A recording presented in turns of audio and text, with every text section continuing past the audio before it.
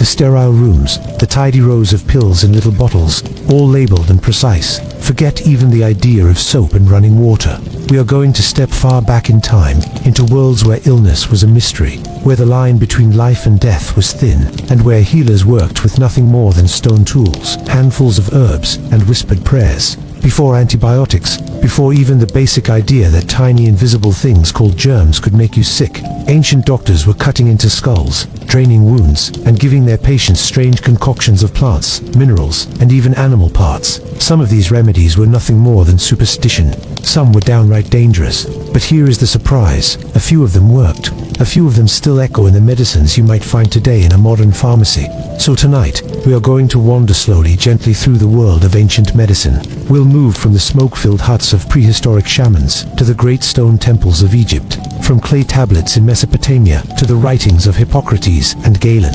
We'll touch the tools of Roman surgeons, stand beside gladiators as they were stitched up after battle, and peer into papyrus scrolls where remedies for headaches sit beside charms to ward off curses. It is a strange journey, full of moments that may shock you, but also full of deep respect for the people who long ago did everything they could to heal.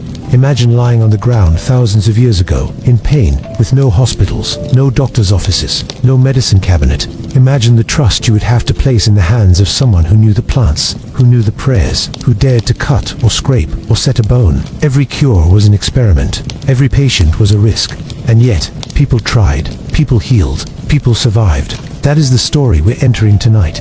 Let us slow down and begin with the idea of trepanation, the act of cutting or drilling into the skull. At first, this seems unthinkable. Who would even imagine such a thing? And yet, skulls found across the world, from Europe to Africa to South America, show round or square holes cut into them, deliberately, not by accident. These holes were not random wounds. The edges are smooth, the shapes are deliberate, and most astonishing of all, many of these skulls show signs of healing, which means that people lived on after their heads had been opened. Think of that. Thousands of years ago, without metal scalpels, without anesthesia, without antiseptic, a healer took up a piece of flint or obsidian, scraped away at the bone and opened a hole in the skull of a living person, and the patient survived. Why would they do this? Some think it was spiritual, an attempt to release evil spirits believed to cause seizures, migraines, or madness. Others suggest it was medical, a way to relieve pressure after a head injury. Whatever the reason, it shows us something remarkable. Ancient healers were not simply waiting for magic. They were willing to act, to take risks, to intervene in the body itself. Now, let's pause here. Picture it. A dim hut, firelight flickering on stone walls, the smell of smoke and herbs in the air. A person lies still, maybe groaning, maybe whispering prayers. A healer bends over them, holding a sharp piece of obsidian, black and shining like glass. Slowly, carefully, they scrape at the bone. Around them, others chant, or shake rattles, or burn herbs to keep away spirits. The sound of scraping fills the air. Hours pass. Finally, a hole appears. The patient breathes. The healer steps back. The chants fade, and the person lives on, carrying a scar that we, thousands of years later, can still see in their bones. That is the first chapter of medicine. But trepanation is only one piece. Alongside such startling surgery, early humans were discovering the power of plants. This was not random. It was careful observation passed down through generations. A child might see a parent chew a certain leaf for toothache. A hunter might notice that a wound packed with moss healed more quickly. A gatherer might watch animals eating a root when sick. Slowly, a mental library of remedies grew. Bark from the willow tree eased pain and fever. Later, scientists would discover it contained salicin, the base for aspirin. Honey, sticky and sweet, was used not only as food but as medicine. Spread on wounds, it kept them from festering, because honey, though no one knew why, kills bacteria. Garlic was prized as a protector against infection. Its smell strong, its power real. Imagine an ancient healer's medicine chest. Not bottles and capsules, but bundles of dried plants, pots of honey, pieces of clay, animal fat stored in a carved horn. Each had its use. Each was tested not in a laboratory, but in the body of a friend, a neighbor, a family member. If it worked, the knowledge was passed on. If it didn't, the lesson was remembered.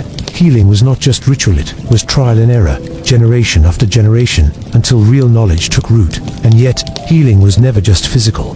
To the people of those times, sickness was often seen as spiritual. If you were sick, it might mean a spirit had entered you, or that you had offended a god, or that someone had cursed you. So treatment had to address both the body and the unseen world. Smoke, chants, charms carved from bone, Small figures buried in the earthall were part of the cure. In this way, medicine and magic were never separate. They were woven together, each giving strength to the other. Tonight, as we drift deeper into this story, let us remember this. The line between terror and hope was very thin. Imagine being ill in that world. No explanation, no clear reason. Pain that burned in your head, fever that shook your body, wounds that refused to heal. All you could do was trust the healer, trust the herbs, trust the ritual. And sometimes, just sometimes, it worked. This is the revelation we begin with. Medicine is not only a modern triumph, it is an ancient struggle. From the very beginning, people have tried to heal. They have risked cutting into skulls. They have gathered plants in forests. They have whispered to spirits. They have endured, and in their persistence, they built the first stones of a path that leads all the way to today. And so, as you settle in, as you let your eyes grow heavy, remember this. The story of medicine is the story of human survival. It is full of mistakes, yes, full of horrors too, but also full of courage and care and quiet genius. In the next part of our journey, we leave the fire-lit huts of prehistory and walk into the great civilizations of Egypt and Mesopotamia, where scribes and priests began to write down remedies, where gods and medicine lived side by side, and where scrolls and clay, tablets preserved knowledge for thousands of years. But for now, let the thought linger.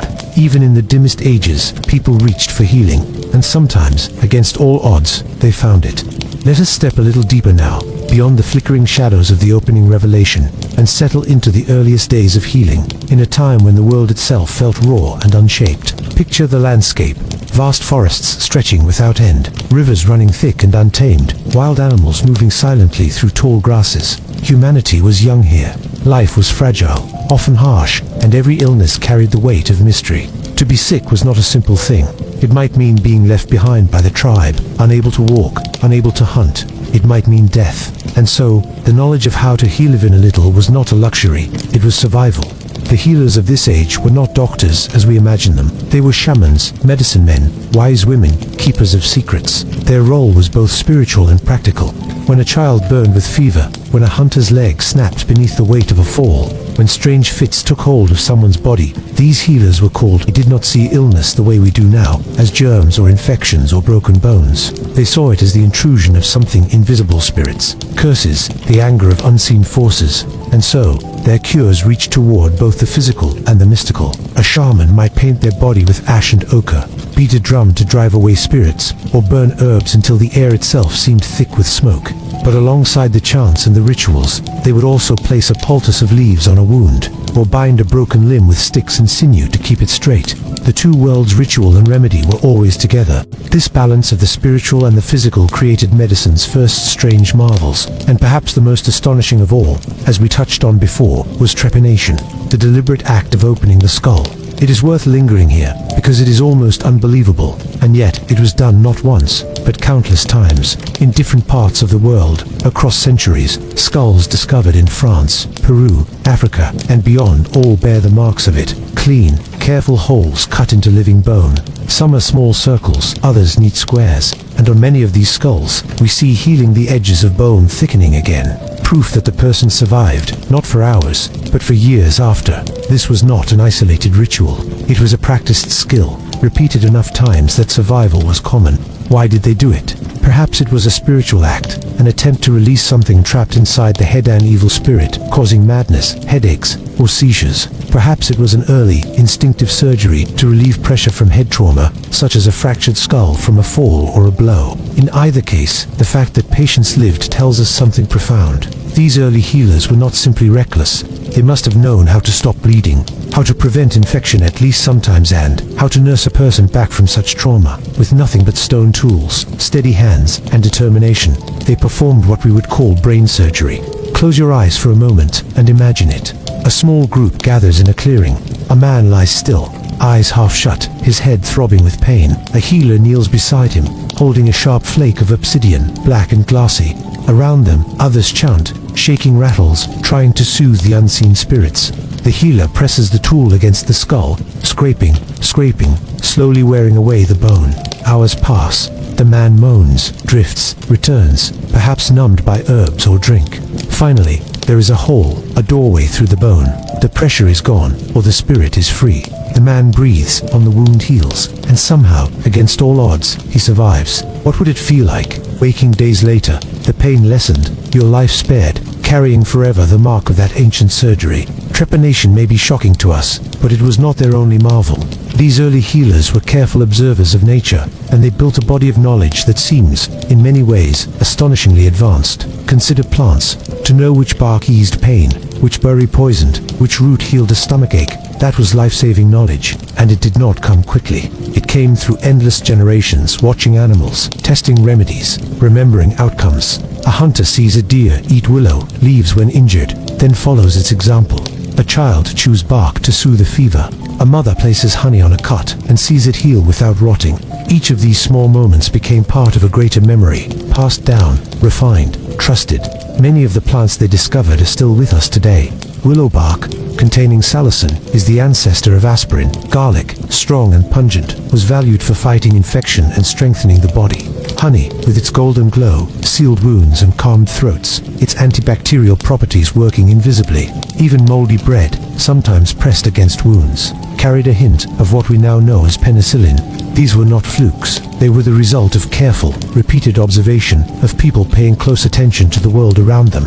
And so, while shamans chanted and called upon spirits, their hands were also applying poultices that genuinely worked. Magic and medicine were never separate in these early days, and perhaps that was the key.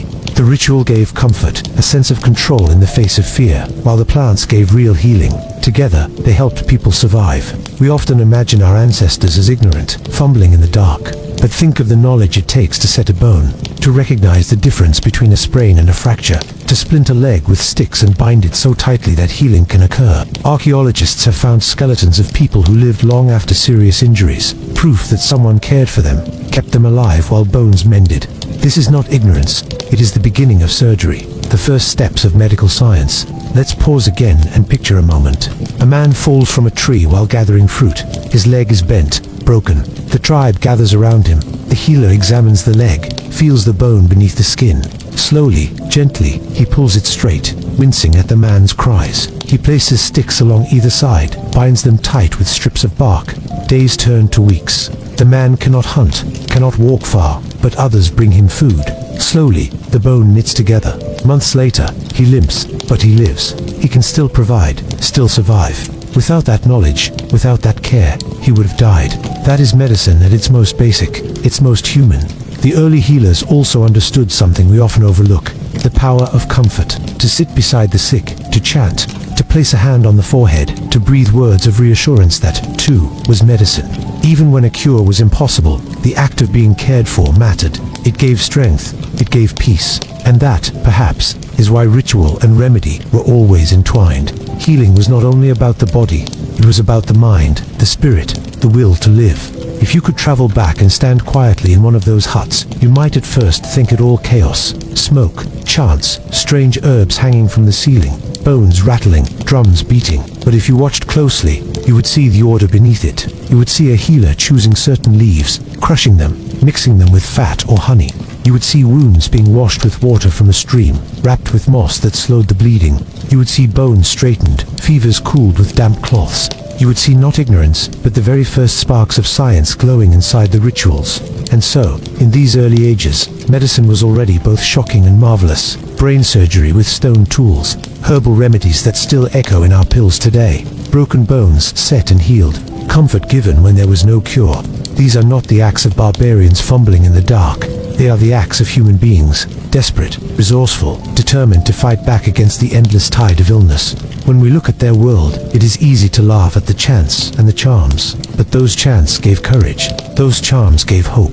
And behind them, the hands of the healer were already finding truths that would last. The marvels of early medicine remind us of something simple but profound. People have always cared for one another. From the first time a hand reached out to bind a wound, medicine was born. And though the tools have changed, that impulse has never left us.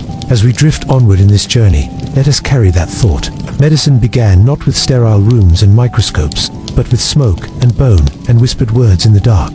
It began with people who refused to accept pain and death without a fight. And in their courage, in their persistence, we see the first outlines of the doctors, nurses, and healers who would come long after. Next, we will step into the ancient kingdoms of Egypt and Mesopotamia, where healing became something written, preserved, organized, where gods and magic still ruled, but where scrolls and tablets recorded cures for crocodile bites, stomach pains, and toothaches, where medicine began to wear the robes of civilization, and where the line between prayer and prescription blurred in fascinating ways. But before we go there, let this thought stay with you. Even at the dawn of history, healing was never just survival.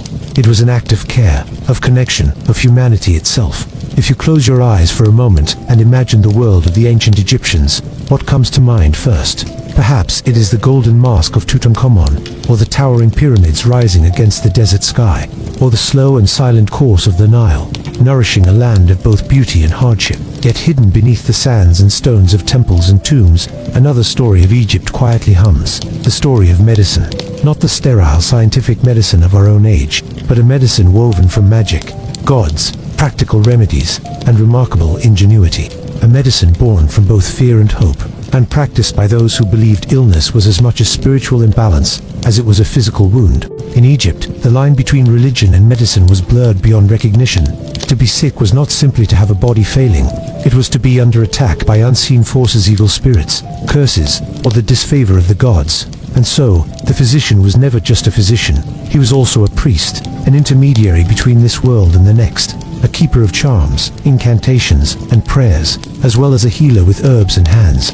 The Egyptians understood the body in ways that may surprise us, yet they also leaned heavily on ritual, and sometimes, strangely enough, the rituals worked not because the gods intervened, but because the herbs and techniques themselves had power.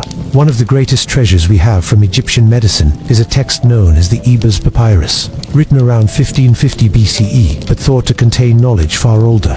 It is one of the oldest surviving medical documents in the world, stretching across more than 100 pages of papyrus and filled with remedies for hundreds of ailments.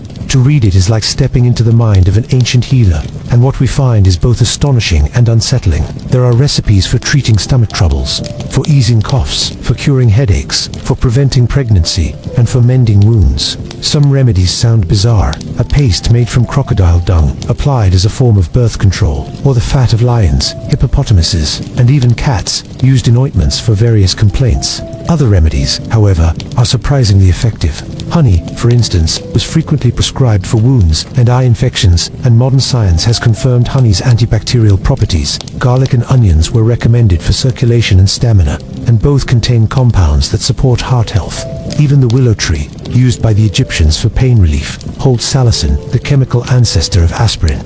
Imagine, for a moment, an Egyptian healer working in a humble chamber near the Great Nile. The air is warm, filled with the scent of herbs drying in clay jars. A patient is brought in, coughing violently, weak and fevered.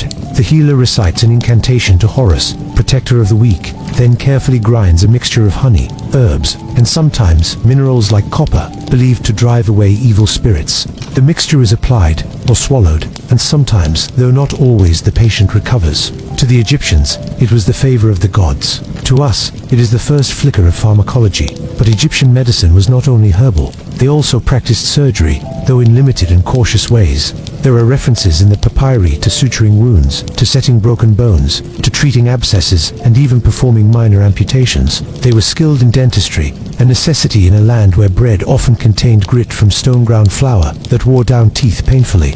Archaeologists have found dental bridges, primitive fillings, and evidence of tooth extractions. More daringly, Egyptian texts describe procedures involving the eyes cutting away growths or treating infections with mixtures of honey and malachite, a green mineral powder that had both symbolic and, at times, antimicrobial value. Of course, there were limits. Without true anesthesia, without antiseptics, as we know them, surgery was always dangerous. But compared to many later civilizations, the Egyptians displayed a surprising boldness in addressing the body directly. And it was not only in the living that they explored anatomy. Their practice of mummification, the elaborate preservation of the dead, gave them an intimate knowledge of the human form.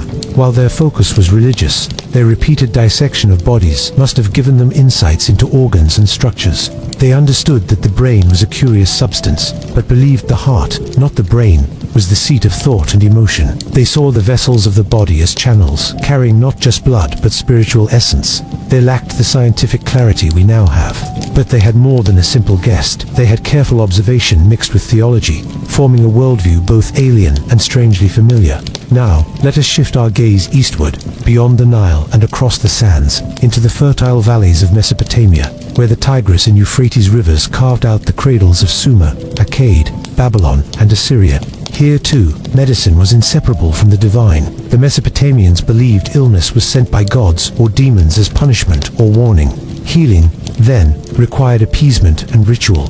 Temples often housed both priests and healers, who prescribed a mixture of prayer, charms, and remedies. Yet once again, buried in the mystical language, we find hints of practical and even scientific thought.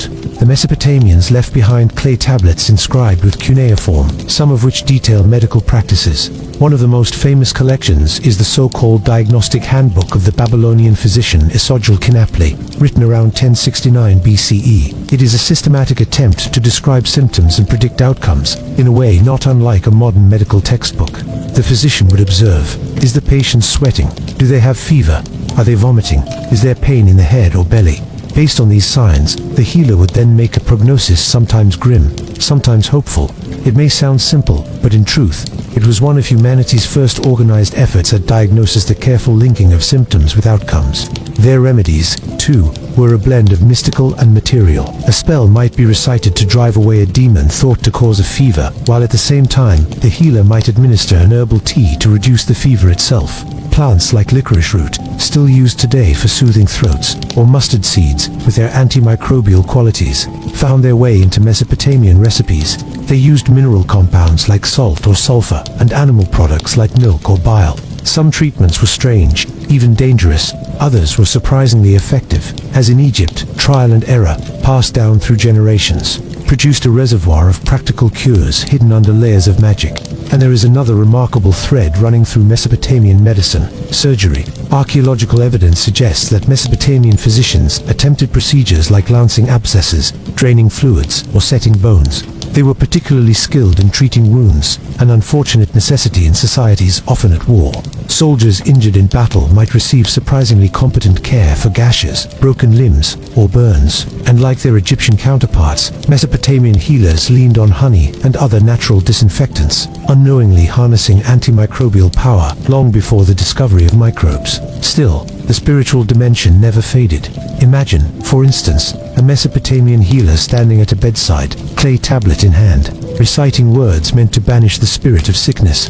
At the same time, he offers a poultice of herbs, the two actions inseparable in his mind. The patient might improve, and to the healer, the gods had been merciful. Yet in truth, the plants did their quiet work. As we drift between these worlds, Egypt and Mesopotamia, we see how medicine grew not in straight lines, but in winding paths. It was not purely science, nor purely faith. It was something between, something more human. A mother might whisper a prayer while giving her child a bitter brew of herbs. A priest might wave incense while also setting a broken arm. There was no contradiction. To heal was to do all one could, to call upon the gods and the earth together. And so, when we think of ancient medicine, we must be careful not to dismiss it as mere superstition. Yes, much was magical thinking.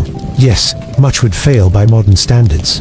But hidden within it are roots that grew into our own practices, herbs that still ease pain, methods of diagnosis that still resemble the way a doctor studies symptoms today, tools and techniques that, though primitive, showed a willingness to cut, to stitch, to try. These civilizations carried the torch of healing, passing it from hand to hand across the centuries, shaping what would come next. As the Nile flowed and the rivers of Mesopotamia rose and fell, so too did the fortunes of their people. Empires rose, temples crumbled, scribes recorded and then were forgotten.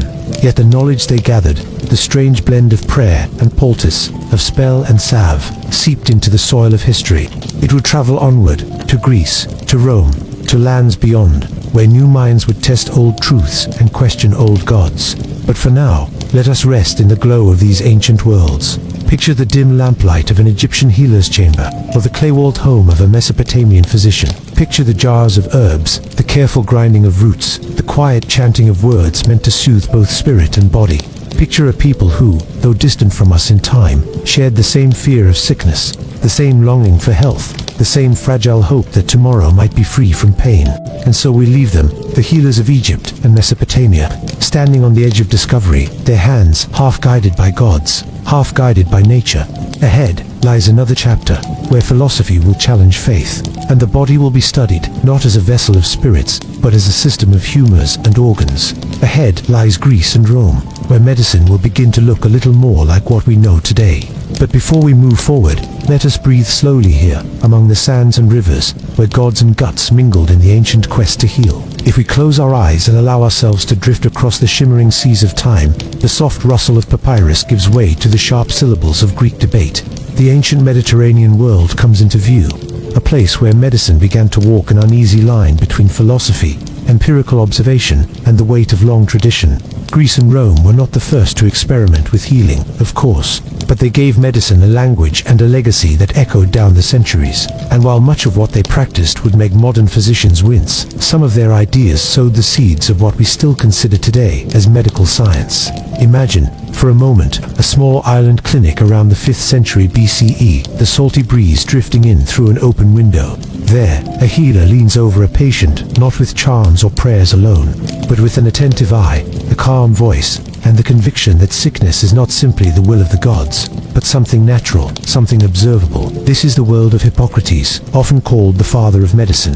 His name has become shorthand for the shift toward rational inquiry in health. He did not invent medicine from nothing, but he gathered, organized, and taught in a way that endured.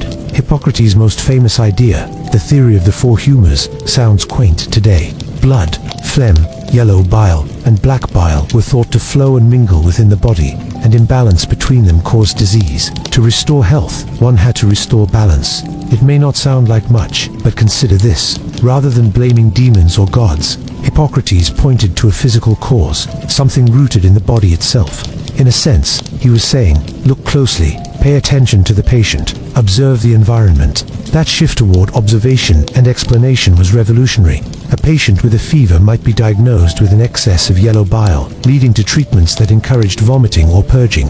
A melancholic mood was linked to too much black bile, and while the underlying theory was flawed, the practices that developed from it, monitoring diet, adjusting lifestyle, considering the climate and seasons, were surprisingly holistic. Hippocrates emphasized prognosis too, not just what disease is this, but what will happen next.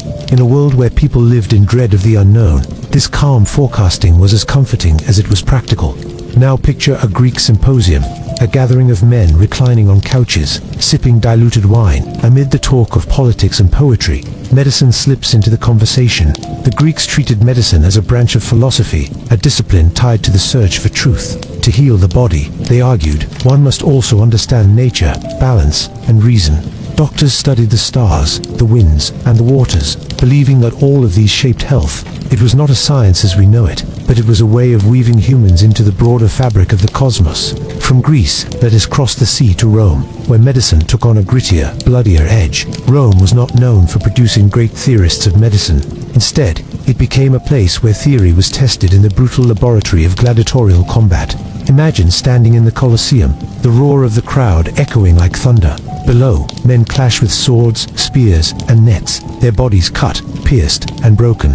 And in the shadows of this spectacle stood physicians, some slaves, some freedmen, some respected professionals who learned their trade on the spot. These gladiatorial doctors, known as medici, had access to the human body in ways no Greek philosopher ever did. Wounds exposed muscles, sinews, and organs. Each match was a lesson in anatomy, written in blood. They learned how to stop bleeding with pressure, how to stitch torn flesh, how to set bones snapped by brutal blows. They discovered which wounds spelled certain death, and which could be survived with quick hands and steady nerves. Theirs was not a tidy classroom, but a battlefield clinic. And yet their knowledge seeped into Roman medical tradition, and through that, into history. One such physician, Galen of Pergamon, stands out like a towering figure in this story. Born in the 2nd century CE, Galen began as a doctor to gladiators. Before rising to serve emperors, he became one of the most prolific medical writers of antiquity, and his influence lasted more than a millennium. Galen dissected animals, apes, pigs, oxen. Since human dissection was frowned upon, and from these experiments he constructed a vast framework of anatomy and physiology. He, too, embraced the theory of humors, but he layered it with intricate detail. His writings covered everything from the pulse to the movement of the lungs, from the brain's role in controlling the body to the function of nerves. Many of Galen's ideas were wrong, he believed. For instance, that blood was produced in the liver and consumed by the body rather than circulating, but his authority became so great that few dared to question him for centuries. Still, he left behind careful descriptions of surgical techniques, instruments, and even the importance of hygiene in treating wounds. He observed that clean wounds healed better than dirty ones, a truth that would not be systematically rediscovered until the 19th century. Let us linger on the instruments of Greek and Roman doctors for a moment, for they reveal much about their world. Archaeologists have unearthed delicate scalpels with bronze or iron blades, probes for exploring wounds, forceps for extracting fragments of weapons, and cupping vessels used to draw out supposed excess humors. Some of these tools would not look out of place in a modern surgical kit. The very shape of the scalpel, the curve of the probe, speaks to a continuity of form, as though across thousands of years, hands have reached for the same solutions to the same problems. The treatments, though, could be a mixture of wisdom and danger. Consider the practice of bloodletting. To restore balance between the humors, physicians often resorted to removing blood, sometimes by cutting, sometimes by leeches. In moderation, this could occasionally relieve symptoms, but it was overused, often weakening patients rather than healing them. Yet, the sight of blood flowing might have given the patient a psychological sense of relief, a visible sign that illness was being expelled. Greek and Roman doctors also leaned heavily on herbal remedies. Garlic was prescribed for breathing troubles, willow bark for pain, fennel for digestion, and opium for sleep. Many of these had genuine pharmacological effects, and some survive in medicine today. The bark of the willow, for instance, contains salicin, a chemical cousin of modern aspirin. Wine was both a drink and a medicine, used to disinfect wounds and to mix with herbs into syrups. Honey, with its antibacterial properties, was smeared onto wounds and used in soothing throat remedies. And always, the balance of diet was central. The right foods at the right times, the careful moderation of indulgence, the avoidance of excess. But medicine was not only about science and practice, it was also a performance, a matter of reputation and persuasion. A Greek doctor might arrive at a wealthy Roman household, dressed in fine clothes, carrying a box of polished instruments, reciting the wisdom of Hippocrates and Galen. Some patients trusted them, others distrusted them deeply, believing doctors more likely to kill than to cure. The satirist Juvenal joked bitterly that a doctor's mistake was buried along with his patient, and in a way, he was right. The ancient world had no medical licensing boards, no standard regulations. Some healers were genuine students of the art, others were quacks, charlatans, or sellers of snake oil. The patient had little choice but to gamble. There is a strangely human quality in all this, the mingling of hope, fear, faith, and doubt. Imagine lying in a Roman villa with a fever, the sound of water trickling in the courtyard fountain, the physician at your side mixing herbs with wine. You feel the cool compress on your forehead, the murmured reassurances, the faint scent of fennel and mint. Perhaps the treatment will help, perhaps it will not, but you cling to the ritual, the care, the attempt to wrestle sickness into something known and manageable. And so, in Greece and Rome, medicine became a blend of the empirical and the mystical, the rational and the ritual. It was a pinch of potion and a dash of danger. A man might be saved by the quick hands of a gladiatorial doctor, or weakened by the overzealous bleeding of a humorist physician.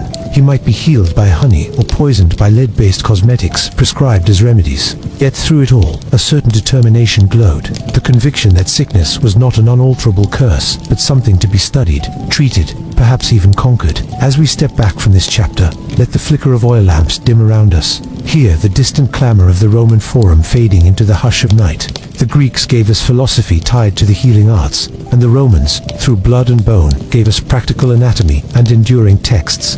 The knowledge they gathered was imperfect, but it was preserved, carried forward, debated, and eventually re-examined by later generations. Their legacy was not just the tools and theories they left behind, but the idea that healing was an art worth pursuing, a calling that demanded both the sharpness of the mind and the steadiness of the hand. And so, in the half-light of antiquity, we leave Hippocrates, Galen, and the nameless gladiatorial physicians to their work, their voices still murmuring in the background of our own medical traditions. The thread of healing has been passed on, though frayed and knotted, from hand to hand, age to age, and in this continuity, we glimpse not only the fragility of human life, but also the enduring hope that lies in the art of medicine.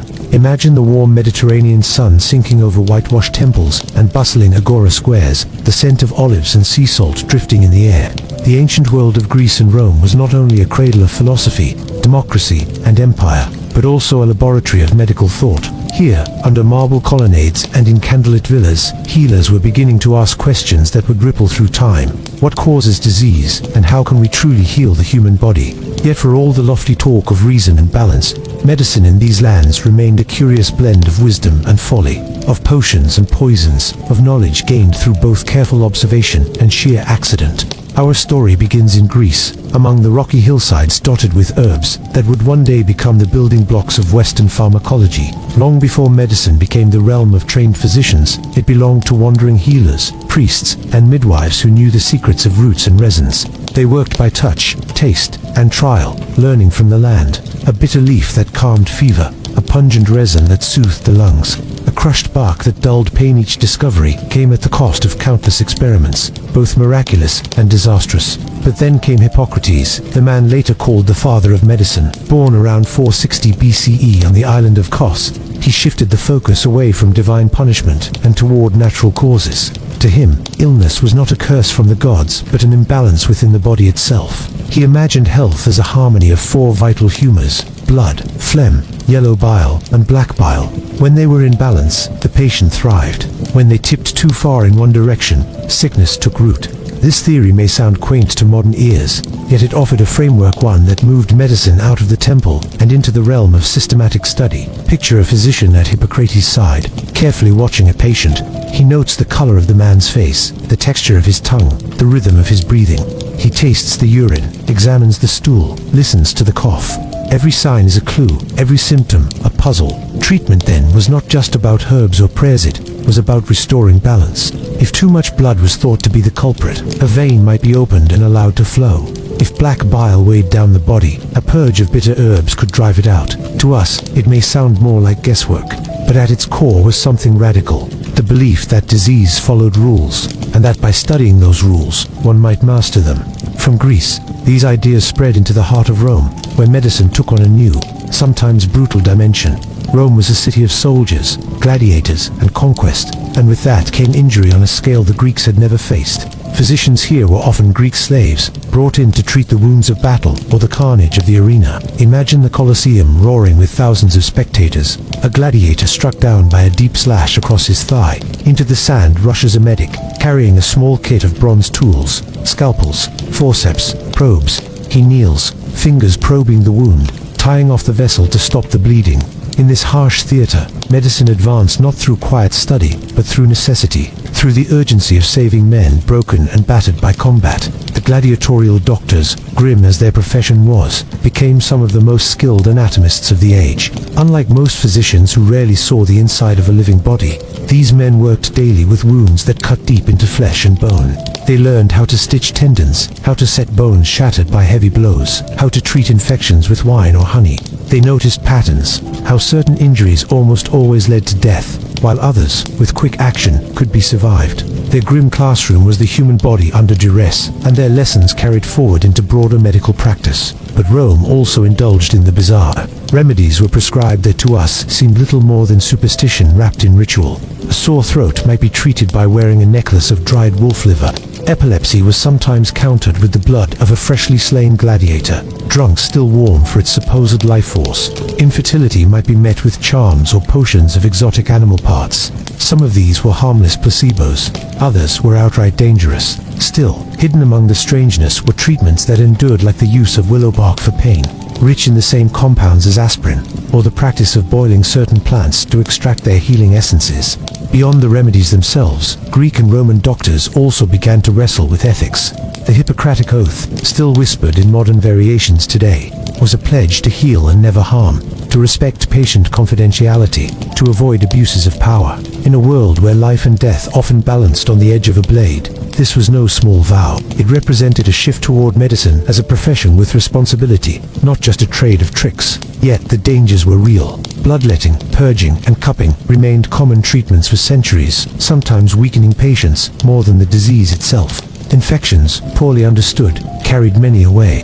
And though some physicians were wise and cautious, others were charlatans who promised miracle cures in exchange for coin, leaving behind only suffering and disappointment. Medicine, in this era, walked a fine line between science and spectacle, between progress and peril. If we drift deeper into the streets of Rome, we might pass by a small shop where herbs hang drying from rafters and jars of powders line the shelves. A healer here might grind garlic into a paste for infections, or mix poppy sap into a draught to calm pain. Opium, already known and used, dulled agony, but could also bring sleep so deep it never ended. The power of these substances was both a gift and a threat. Without careful measure, a treatment could tip easily into poison. And without clear understanding, even the best-intentioned physician might do more harm than good.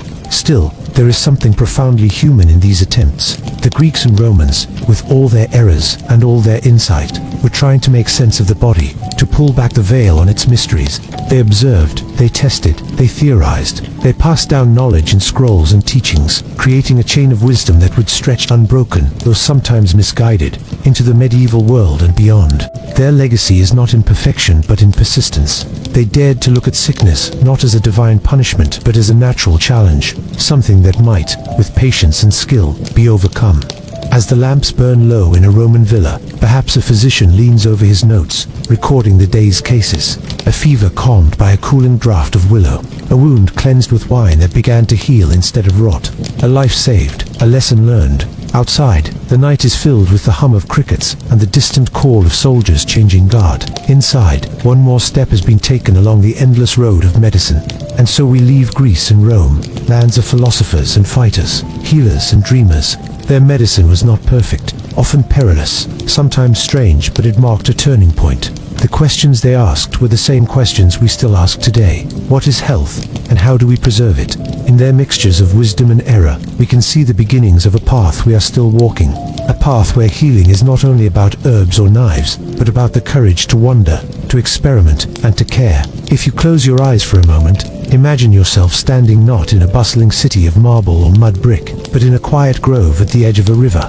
The air is heavy with the smell of damp earth. Tall grasses sway in the breeze. A woman, her hair plaited with leaves, moves silently between the plants. She bends, touches, and gathers them with a knowledge that feels older than the walls of any kingdom.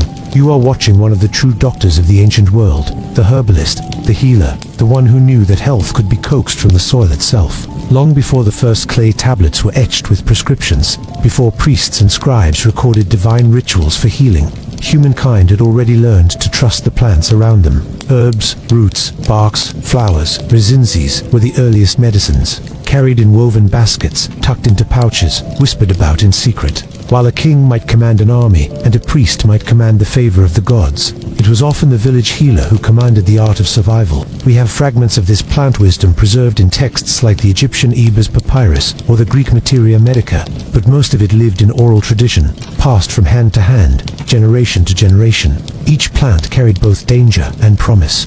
A leaf chewed in the wrong way could bring death, but boiled gently and taken in drops, it could ease fever or calm the pounding of the heart. It's almost frightening to think how many people must have suffered before healers learned to dose correctly, how much trial and error stood behind a simple potion. Yet, across continents and centuries, humans refined this knowledge into something that still echoes in our medicine cabinets today. Let us linger here, among the green. The willow tree, for example, with its long silver leaves, became one of humanity's most faithful companions. Ancient people noticed that chewing its bark seemed to dull pain, ease fevers, and soothe aches. They could not know, of course, that willow contains salicin, the chemical cousin of what we now call aspirin. The idea that such a familiar modern medicine has roots stretching back thousands of years is both humbling and comforting. Every time you swallow a white pill for a headache, you are, in a sense, sharing in an ancient ritual by the riverside. Or take the poppy, its delicate flowers hide a powerful secret within their seed pods.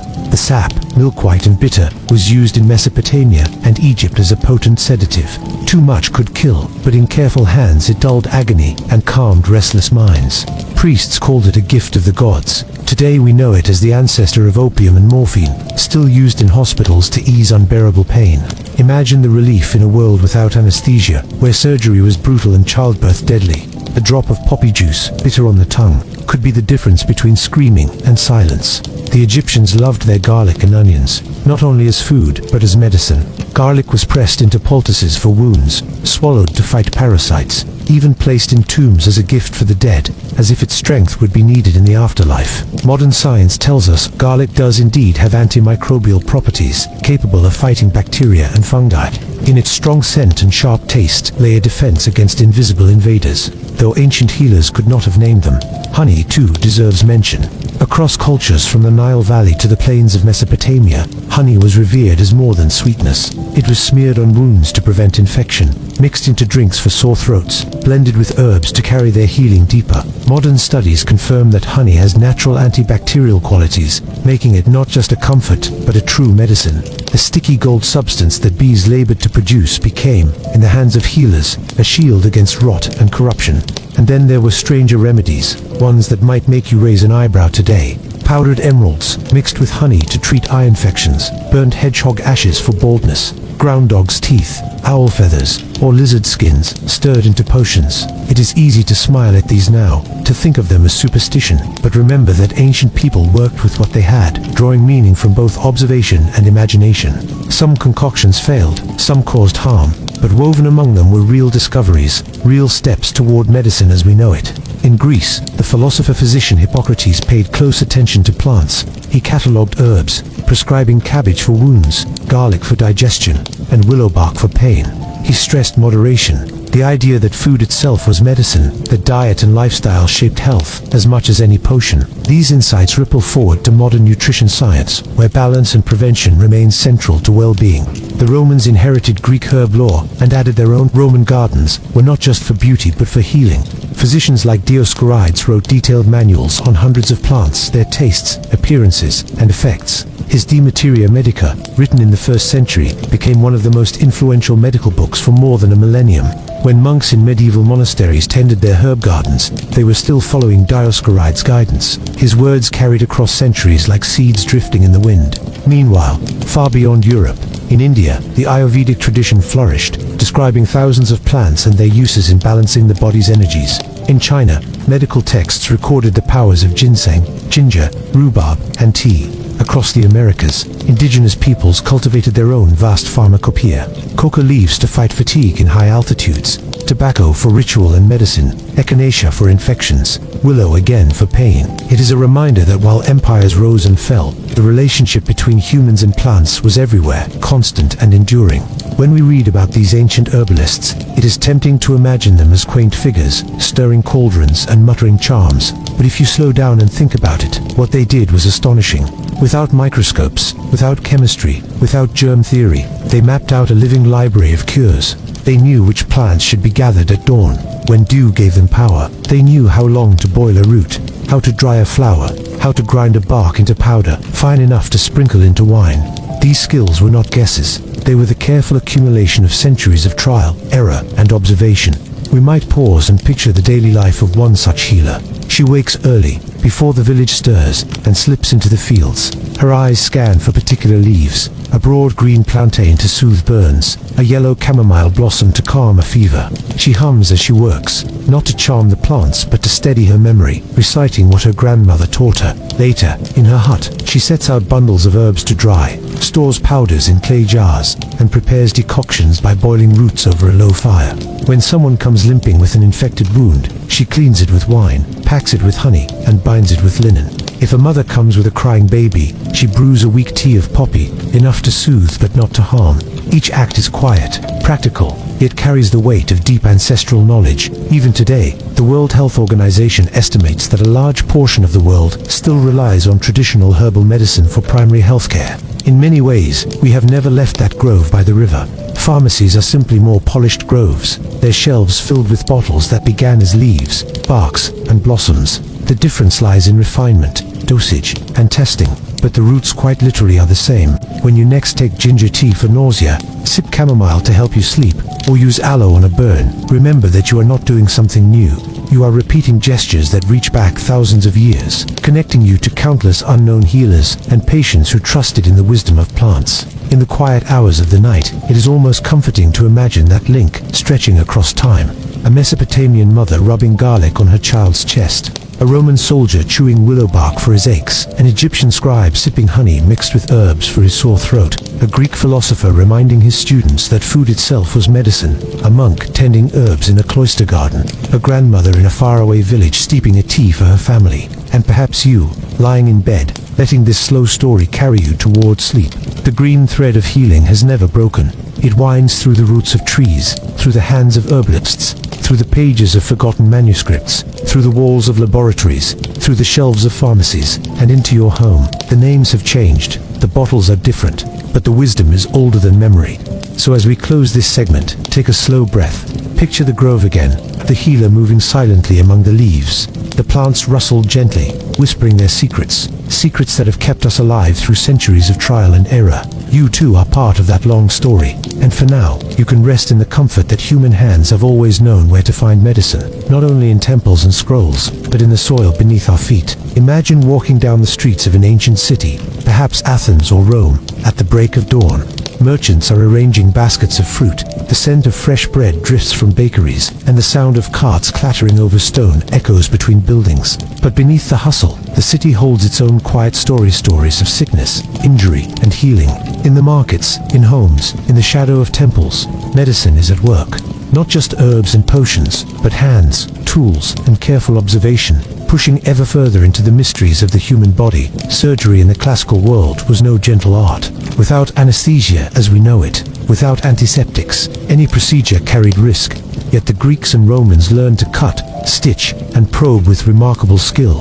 They discovered that wounds healed better when cleaned, that certain techniques reduced infection, and that careful observation of anatomy could save lives. It was a delicate balance of courage, knowledge, and intuition, because one mistake could be fatal. Consider the Roman military camp. Soldiers returned from battle, lacerated by swords and spears, broken bones jutting awkwardly beneath the skin. Field surgeons, sometimes trained physicians, sometimes skilled slaves, worked with urgency. They ligated veins, set fractured bones with splints, stitched gashes closed with bronze needles, and removed arrowheads embedded deep in flesh. They had no antibiotics, yet they noticed patterns. Wounds cleaned immediately often fared better, and certain dressings, like honey or wine-soaked linen, seemed to prevent decay. Each case was a lesson, each patient a teacher in the harsh classroom of life and death. Greek physicians also refined surgical techniques in quieter settings. They operated on abscesses, drained fluids, and even attempted removal of bladder stones. Instruments were crafted with care. Bronze scalpels, forceps, probes, hooks, and needles allowed them to navigate the body with surprising precision. Some procedures were painful and dangerous, yet these practitioners pressed on, guided by observation and necessity. In doing so, they laid the foundation for the surgical knowledge that would endure for centuries.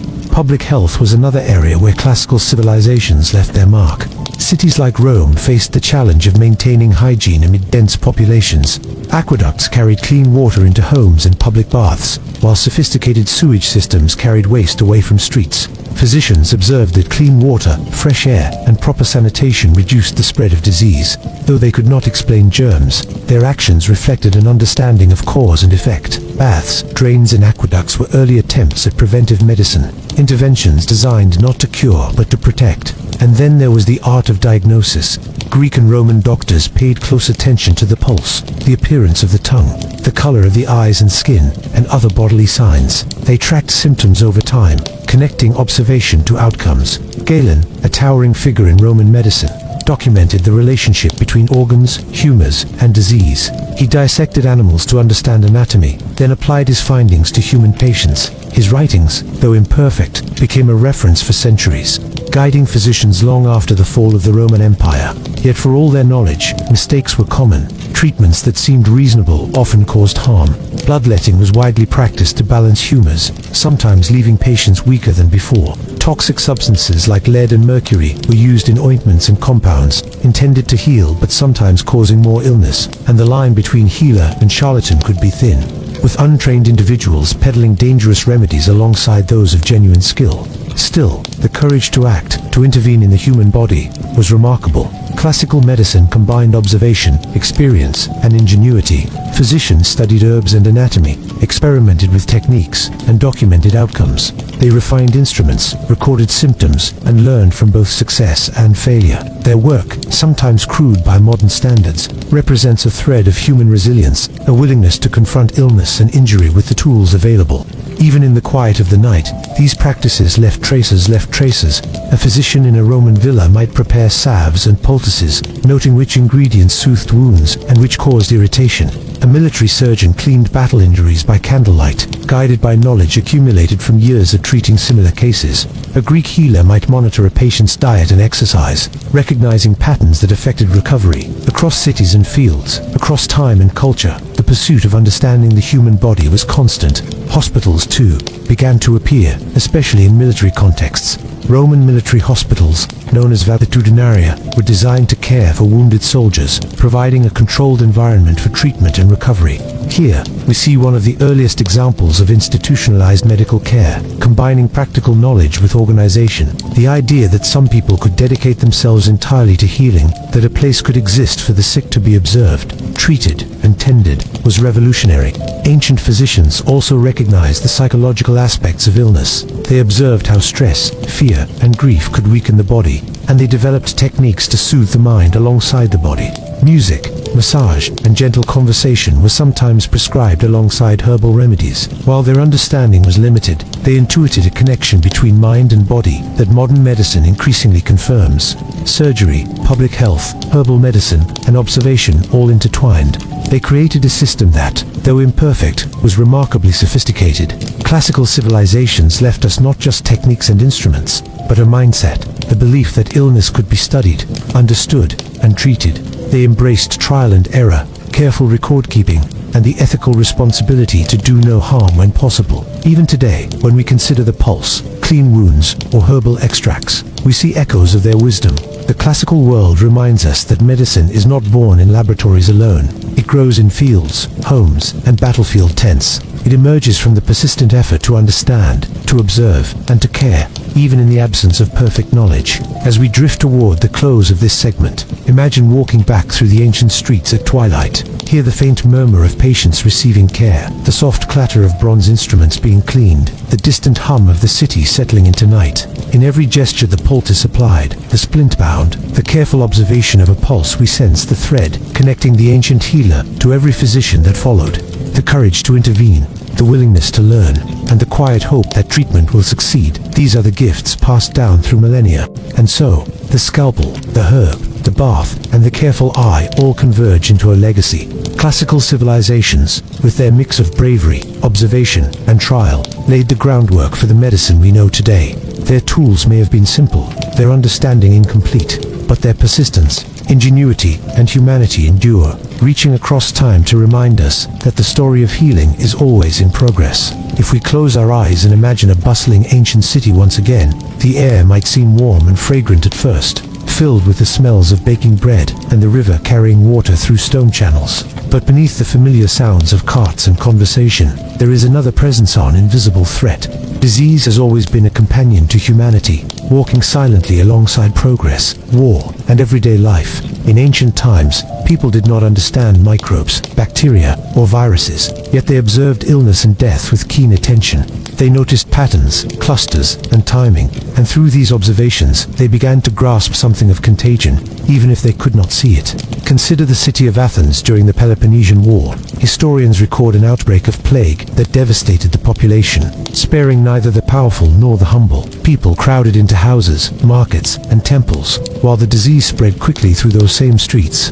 Contemporary accounts describe fever, rash, diarrhea, and staggering fatigue. Ancient physicians did not know about viruses or bacteria, yet they tried. They isolated the sick where they could, recommended burning clothes and bedding, and prescribed herbal concoctions to ease fever and pain.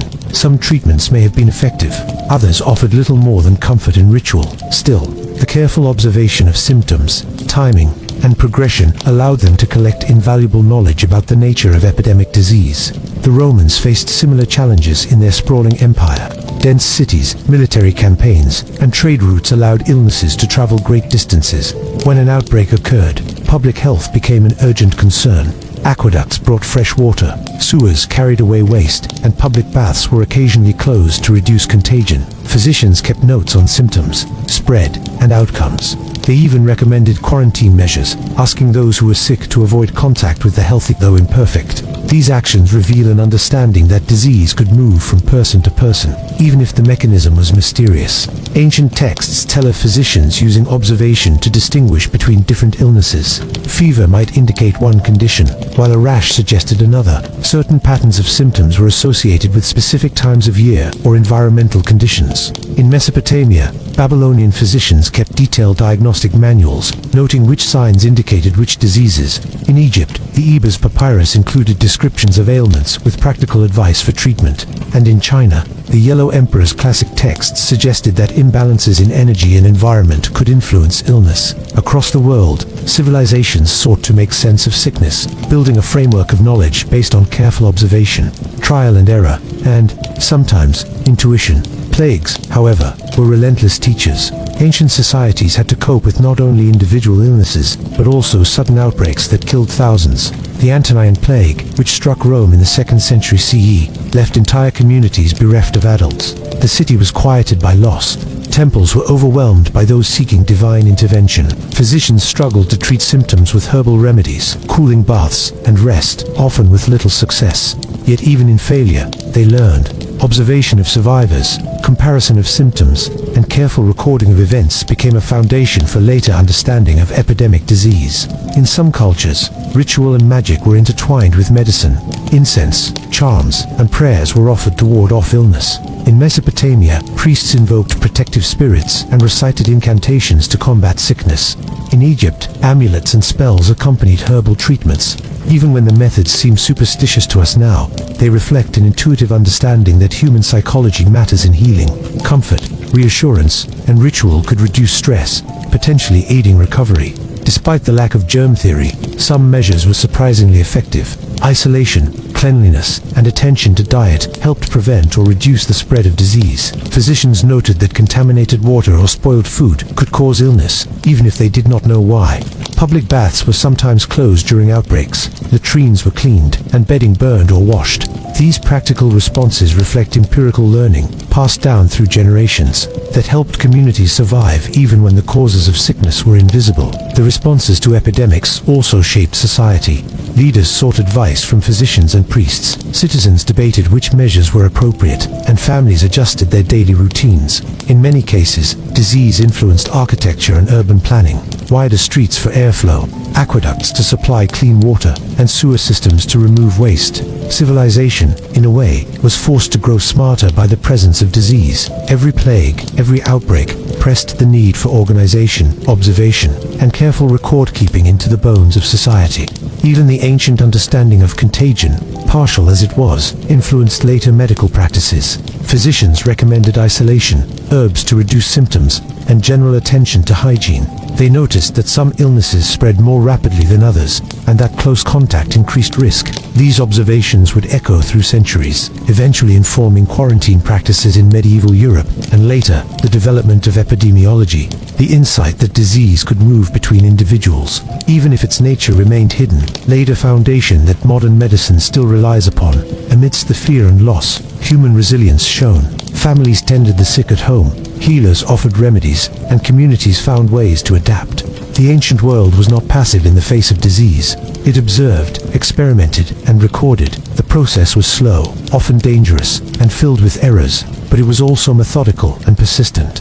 Each lesson learned contributed to the long chain of medical knowledge that stretched forward into the centuries. Ancient healers also emphasized preventative measures. Diet, exercise, bathing, and sleep were considered essential to health. Observing seasonal changes, balancing the humors, and maintaining cleanliness were all recognized as ways to ward off illness. This holistic perspective is strikingly modern, emphasizing that health is more than just the absence of disease, is a balance between body, environment, and lifestyle.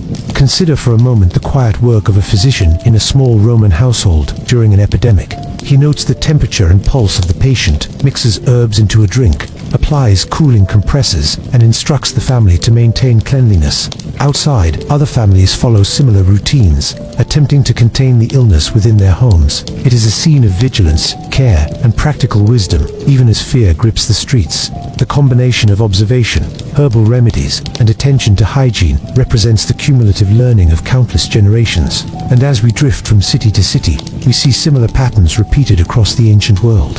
From Egypt to Mesopotamia, from China to Greece, societies responded to disease with a mix of ritual, empirical knowledge, and careful observation. They recorded symptoms, documented remedies, and developed strategies to minimize suffering.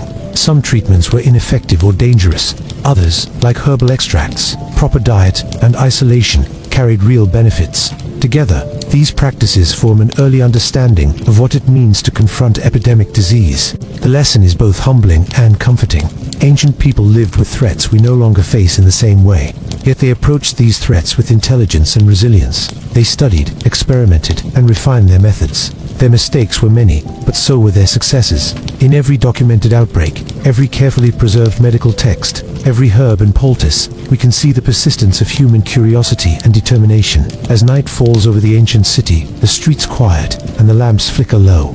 Imagine the unseen battles being fought against disease. Physicians mix potions, families nurse the sick, and communities adapt to survive. Though they cannot see germs or viruses, they understand that illness has patterns, that attention, observation, and care matter. Their quiet work carries forward, invisible threads connecting us to those who came before, to the deep human desire to survive, to heal, and to care for one another. And so, in the hush of the night, we can rest in the knowledge that even in the face of invisible enemies, human ingenuity and perseverance have always risen to meet the challenge. Ancient epidemics, terrifying though they were, taught lessons that echo through time. They shaped medicine, public health, and society itself. And as we drift toward sleep, we can imagine the quiet hum of healing continuing across centuries, from the hands of ancient physicians to our own, in an unbroken chain of care and curiosity. Picture yourself stepping quietly into an ancient sanctuary, the kind of place where sunlight filters through stone columns, casting long shadows over carved reliefs of gods and humans. The air is filled with the faint scent of incense, mingling with herbs drying in clay pots. This is not just a temple. It is a place of healing, where the spiritual and the practical meet, where the sick come seeking relief and guidance. Ancient civilizations understood that illness was more than a physical condition. It could be a divine message, a spiritual imbalance, or a test of endurance. And so, they built spaces devoted to care, some of the earliest precursors to the hospitals we know today.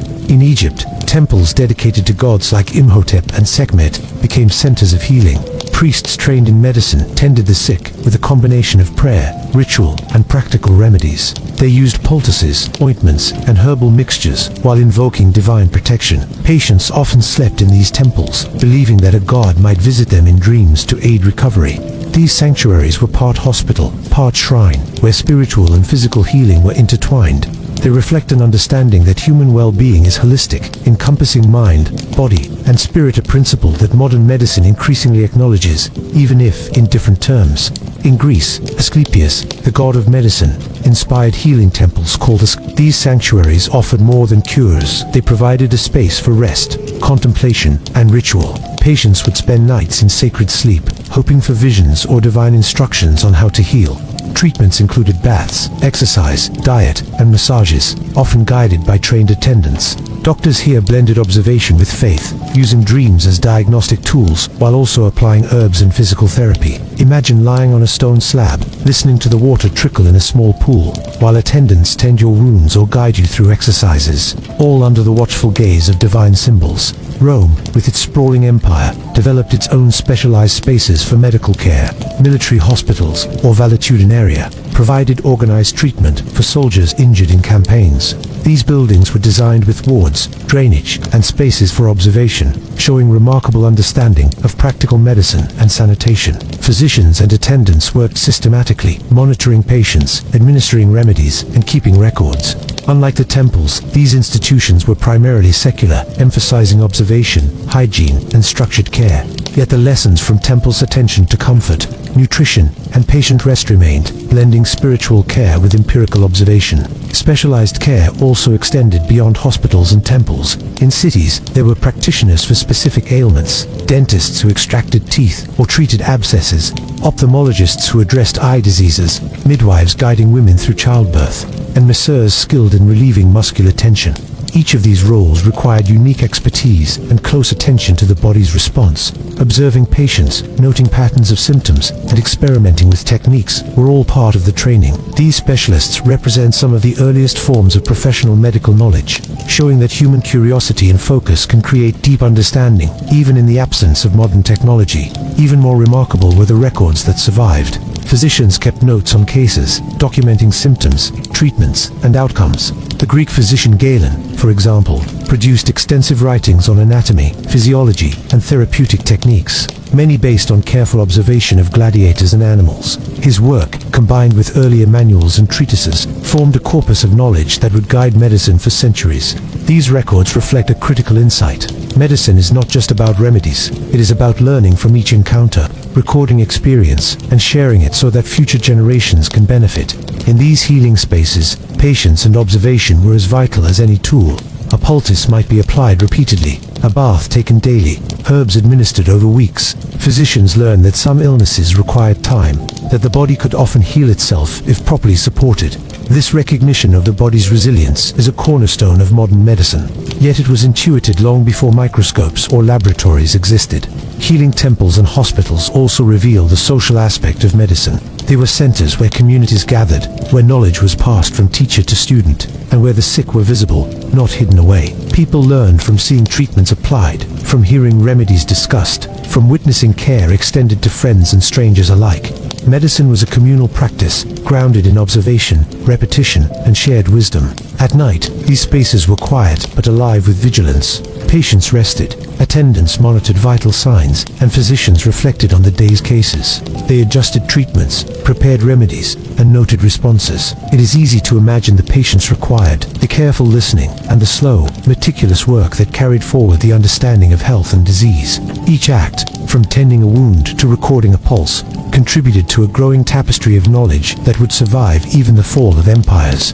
The evolution of hospitals and specialized care demonstrates an essential truth. Medicine is not solely about innovation in tools or chemicals. It is also about structure, observation, patience, and the creation of spaces where healing can occur. The ancients may not have had antibiotics or anesthesia, yet they understood the value of environment, rest, cleanliness, and systematic attention to patients. These principles endure in hospitals today, linking us to those distant temples and military wards in ways both subtle and profound. And so as we leave the quiet halls of these ancient healing spaces, imagine the echoes of footsteps in stone corridors, the soft rustle of linen, the quiet murmurs of care, and the scent of herbs lingering in the air. Picture the hands that applied remedies, the eyes that observed responses, the hearts committed to alleviating suffering. These are the foundations of a tradition that continues, reaching across millennia to remind us that medicine is as much about care, observation, and patience as it is about tools or technology. The legacy of healing temples, hospitals, and specialized practitioners is not lost. It lives in the calm efficiency of modern wards, the structure of medical training, and the quiet moments when a physician or nurse observes a patient with attention and care. The ancients understood that healing requires a combination of knowledge, compassion, and environmental lesson that remains relevant every time we step into a hospital, a clinic, or even a home filled with care and concern. As night deepens over the ancient city, imagine the sanctuary lit by flickering lamps, the attendants moving softly, the herbs releasing faint fragrances into the cool air. Each gesture, each observation, each small act of care carries forward a lesson learned long ago. The patients rest, the physicians record, and the healing continues, a quiet, persistent thread linking the ancient world to ours. And as we drift into sleep, we can rest in the comfort that humanity has always sought to protect, preserve, and restore life, even in the shadow of illness and uncertainty. Close your eyes and imagine a small sunlit courtyard in an ancient village. The air is fragrant with herbs hanging from lines above, the soft murmur of children playing in the distance, and the gentle rhythm of water from a nearby fountain. In this courtyard, a woman sits, her hand steady and sure, preparing a mixture of herbs, Perhaps she is an herbalist, gathering leaves to soothe fever, or a midwife, readying herself for the arrival of a new life. In the ancient world, women often held a central role in medicine, bridging the spiritual, practical, and emotional needs of their communities. Long before physicians and formal training existed, women were the guardians of healing knowledge. They understood the cycles of the body, the signs of illness, and the rhythms of childbirth. Their expertise was passed down through generations, often orally, in whispered instructions and careful demonstration. These were the earliest teachers of anatomy, pharmacology, and care, though their contributions were rarely recorded in formal texts. Yet in every village, home, and temple, their work was indispensable. Childbirth, in particular, relied heavily on women's knowledge. Midwives were revered for their skill, patience, and courage. They guided mothers through labor with techniques that could ease pain, positioned the body for safer delivery, and treat complications when they arose. They used poultices to soften tissue, herbs to stimulate contractions, and careful observation to detect danger. In a world without anesthesia, each birth was a delicate balance of intuition, experience, and courage. Some births ended tragically, yet midwives accumulated knowledge from every success and failure, building a living, evolving understanding of human reproduction. Women were also the stewards of herbal medicine. They knew which plants could soothe stomach aches, which roots could reduce fevers, and which leaves could calm restlessness. In many cultures, women prepared remedies for the household long before a physician was consulted. Their practice was both practical and deeply connected to the rhythms of nature. Timing mattered. Harvesting herbs at the right moment, drying them under careful conditions, and administering them with precise measurement were skills passed through careful apprenticeship. In their hands, the natural world became a source of healing power. Some women worked within temples, blending spiritual and medical knowledge. In Egypt, women could serve as priestesses and healers, invoking divine protection while applying practical remedies. They combined observation with ritual, understanding that the mind and spirit were integral to recovery. In Greece, women at sanctuaries dedicated to Asclepius or other deities offered guidance and treatments, often using sleep, meditation, and dietary adjustments alongside herbs and massages. Their role was holistic, addressing the physical, emotional, and spiritual dimensions of illness. The knowledge women carried extended beyond the home and temple. In Rome, female physicians, though rare, served both the elite and the general population. They treated women for gynecological issues, assisted in childbirth, and sometimes advised on general health matters. Their presence challenged the boundaries of formal medicine, demonstrating that expertise was not confined to men in academies, but could thrive in the quiet competence of dedicated caregivers. Women's contributions to medicine were also social and educational. They taught daughters, apprentices, and neighbors, ensuring that knowledge survived and spread. Their wisdom encompassed nutrition, hygiene, herbal remedies, and emotional care. They recognized patterns in health and illness, adjusting treatments according to the patient, the season, or subtle changes in behavior. In doing so, they preserved a body of knowledge that often went unrecorded in official texts, but was vital to the survival of communities. The herbs and techniques used by women often intersected with broader medical practice. Midwives might consult physicians for complicated cases, blending their experiential knowledge with formal treatments.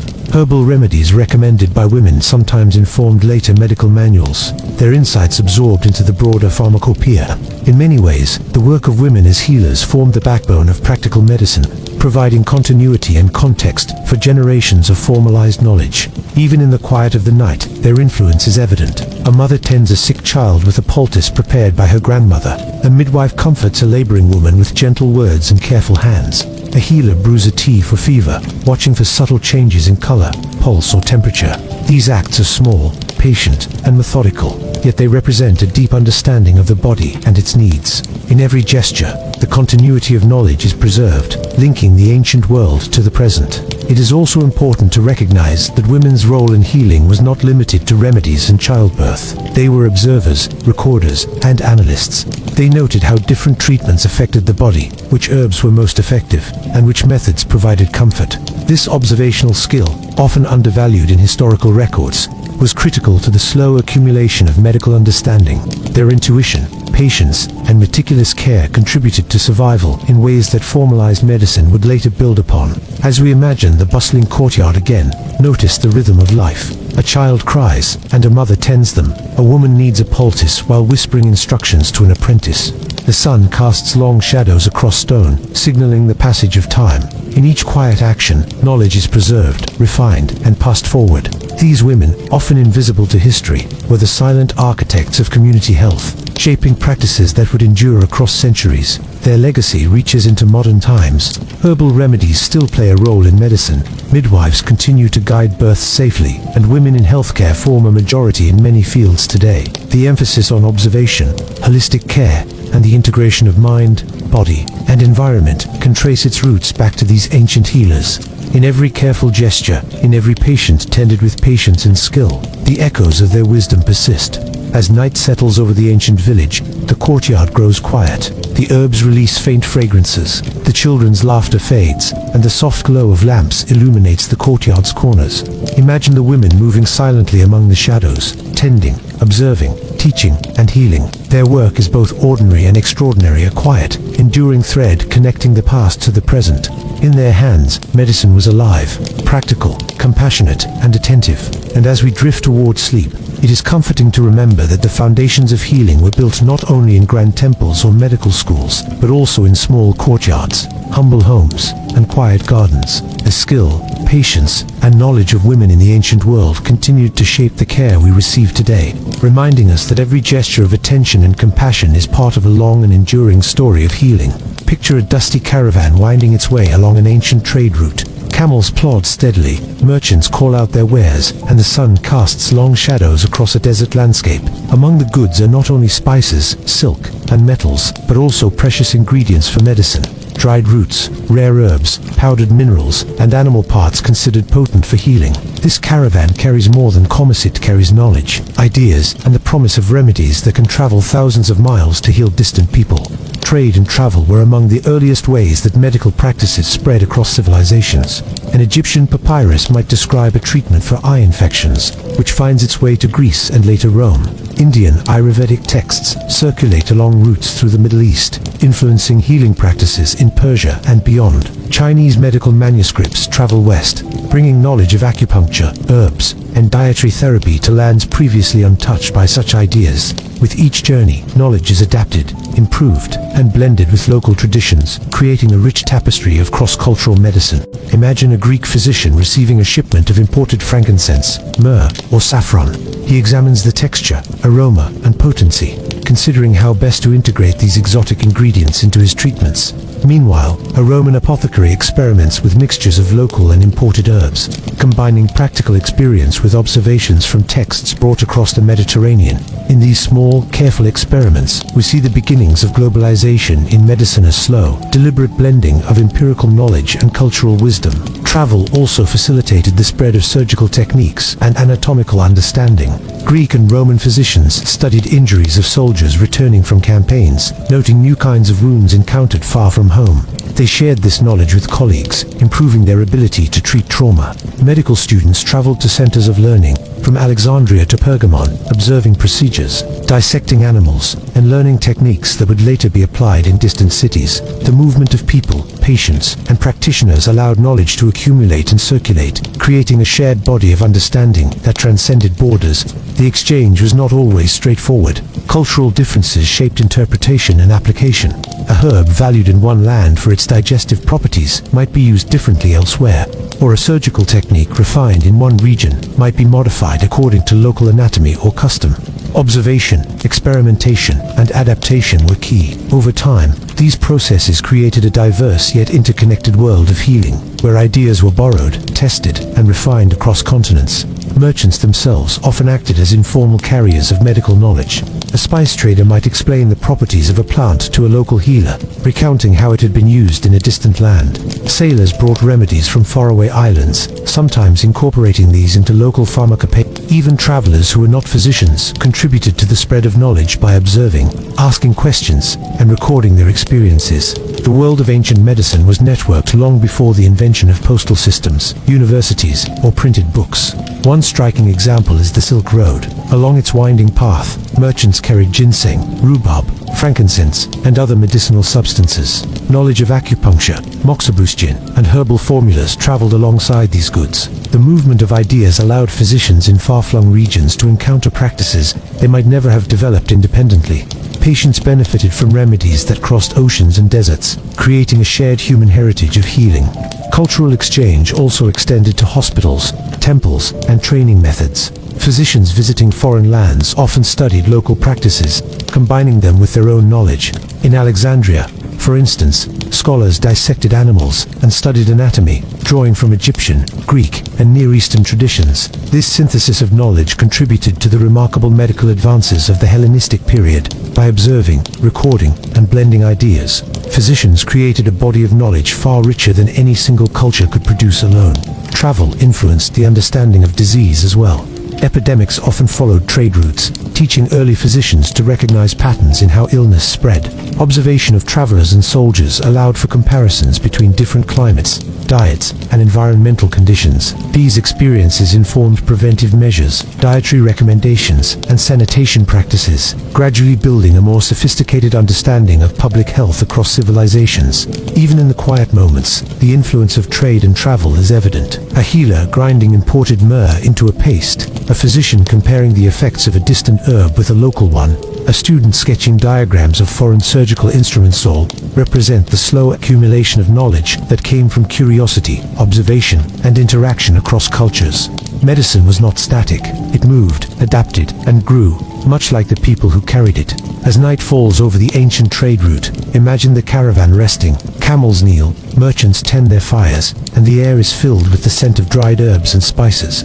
Somewhere in the distance, a healer prepares a remedy based on a recipe learned from another land, while a physician contemplates a surgical technique observed in a faraway city. Across deserts, mountains, and rivers, knowledge is quietly exchanged, improved, and preserved, leaving a legacy that continues to influence medicine today. In these journeys, both practical and intellectual, we see the persistence of human curiosity, the desire to understand illness, to alleviate suffering, and to share wisdom transcended borders, creating connections across time and space. The ancients recognized that knowledge is valuable only when it moves, is tested, and is shared. Trade and travel were not just commercial, they were conduits for the human story of healing, carrying lessons from one culture to another and ensuring that no discovery was lost to isolation. And as we drift toward sleep, picture the caravan slowly disappearing into the dusk, carrying not just goods but centuries of accumulated healing knowledge.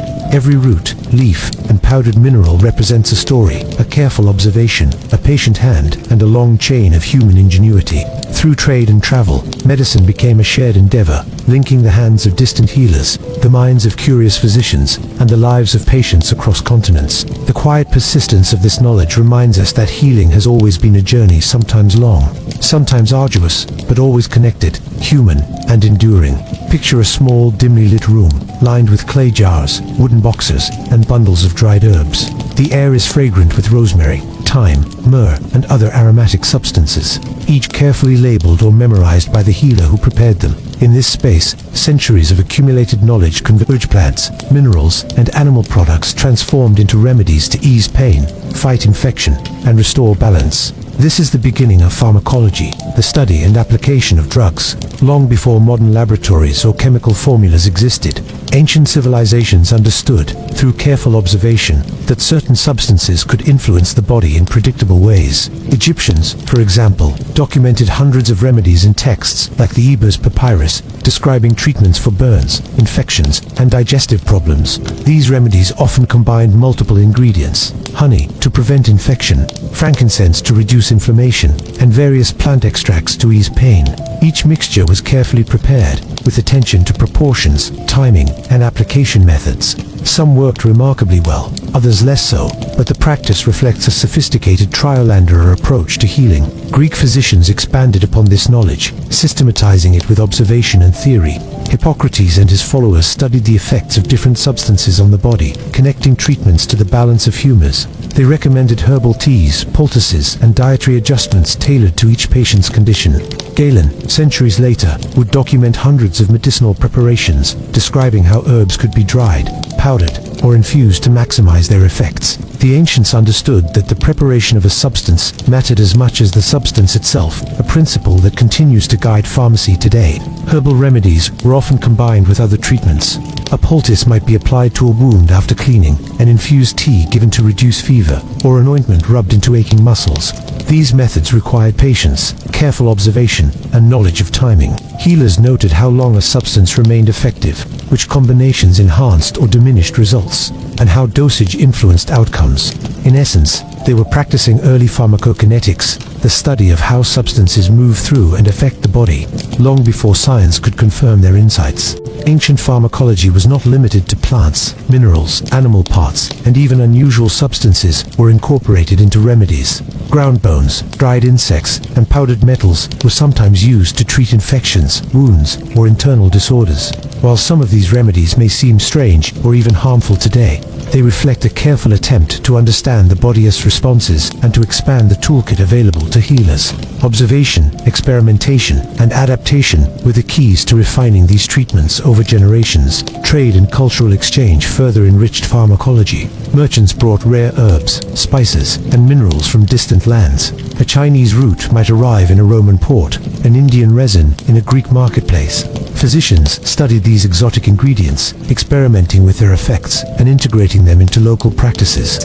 Over time, this cross-pollination of knowledge created a diverse pharmacopoeia, combining local and imported remedies, empirical observation, and centuries of accumulated wisdom. Even the way remedies were prepared shows the ingenuity of ancient healers. Decoctions, infusions, ointments, and poultices required precise techniques. Leaves had to be dried under the right conditions, powders ground to the correct fineness, and liquids boiled or cooled carefully.